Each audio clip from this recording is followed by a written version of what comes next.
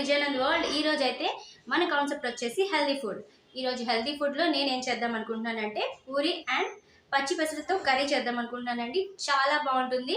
ఖచ్చితంగా మీరైతే ట్రై చేసి సూపర్ అంటారు, అంత బాగుంటుంది.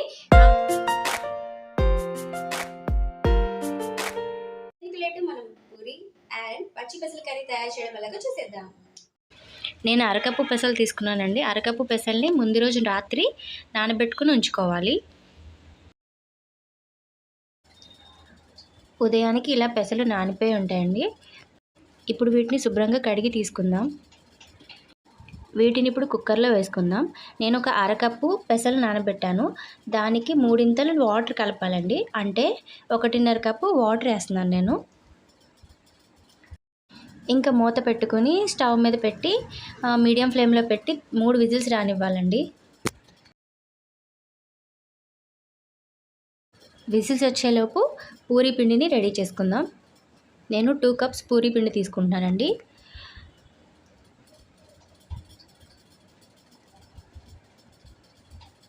అలాగే 1 స్పూన్ సాల్ట్, అలాగే 1/2 స్పూన్ షుగర్ వేస్తున్నాను. 2 స్పూన్స్ ఆయిల్. ఇప్పుడు కొద్దిగా వాటర్ యాడ్ చేస్తూ పిండిని కలుపుకుందాం. షుగర్ వేయడం వల్ల పూరి కర్రీ లేకుండా ఉట్టిదైనా తినేయచ్చండి, టేస్ట్గా ఉంటుంది. ఇది చపాతీ పిండిలా గట్టిగా కలపక్కర్లేదు, పూరికి స్మూత్గా ఉంటే సరిపోతుంది. నేను ఇప్పుడు ఆయిల్ యాడ్ చేసి కొంచెం మొత్తం అంతా అప్లై చేస్తున్నాను. స్మూత్గా ఉంటుంది దానివల్ల పిండి. పిండి కలపడం అయిపోయింది కదా, దీనికి మూత పెట్టేసి పక్కన పెట్టేద్దాం. ఈలోపు కుక్కర్ విజిల్స్ అయిపోతున్నాయి, చూద్దామండి ఒకసారి.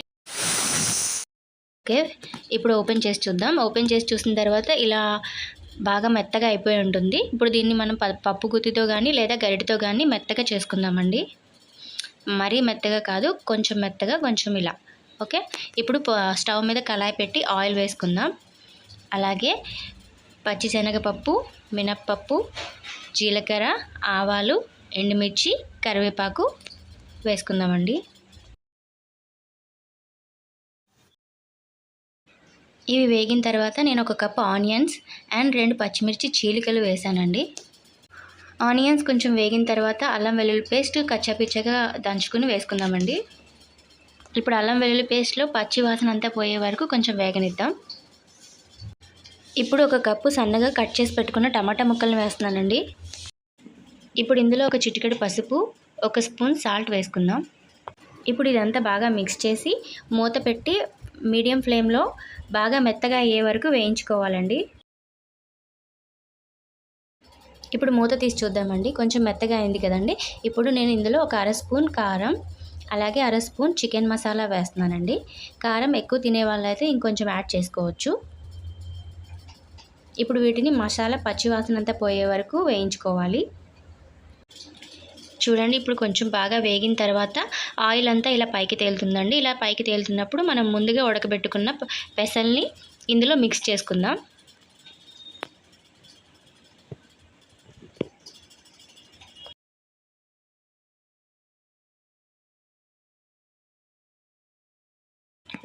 పెసలు వేసిన తర్వాత కర్రీ అంతా కొంచెం టైట్గా దగ్గరగా ఉంటుంది. సో మనం వాటర్ వేసుకొని లూజ్ చేసుకుందామండి. కొద్దిగా వాటర్ మిక్స్ చేసుకుని లూజ్ చేసుకుందాం.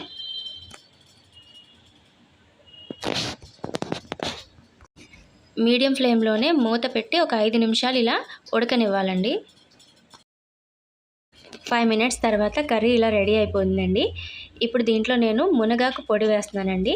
ఇది సూపర్ మార్కెట్లలో దొరుకుతుంది. ఇది చాలా హెల్దీ అండి, హెల్త్కి చాలా మంచిది. ఇది కనుక మీకు అవైలబుల్లో లేకపోతే స్కిప్ చేసేయచ్చండి. అంతేనండి, కర్రీ రెడీ అయిపోయింది. చాలా సింపుల్. ఇప్పుడు మీరు దీంట్లో కావాలంటే కొత్తిమీర కూడా యాడ్ చేసుకుని గార్నిష్ చేసుకోవచ్చు. ఓకే అండి, కర్రీ రెడీ అయిపోయింది కదా. ఇప్పుడు పూరీలకి రెడీ చేసుకుందాం.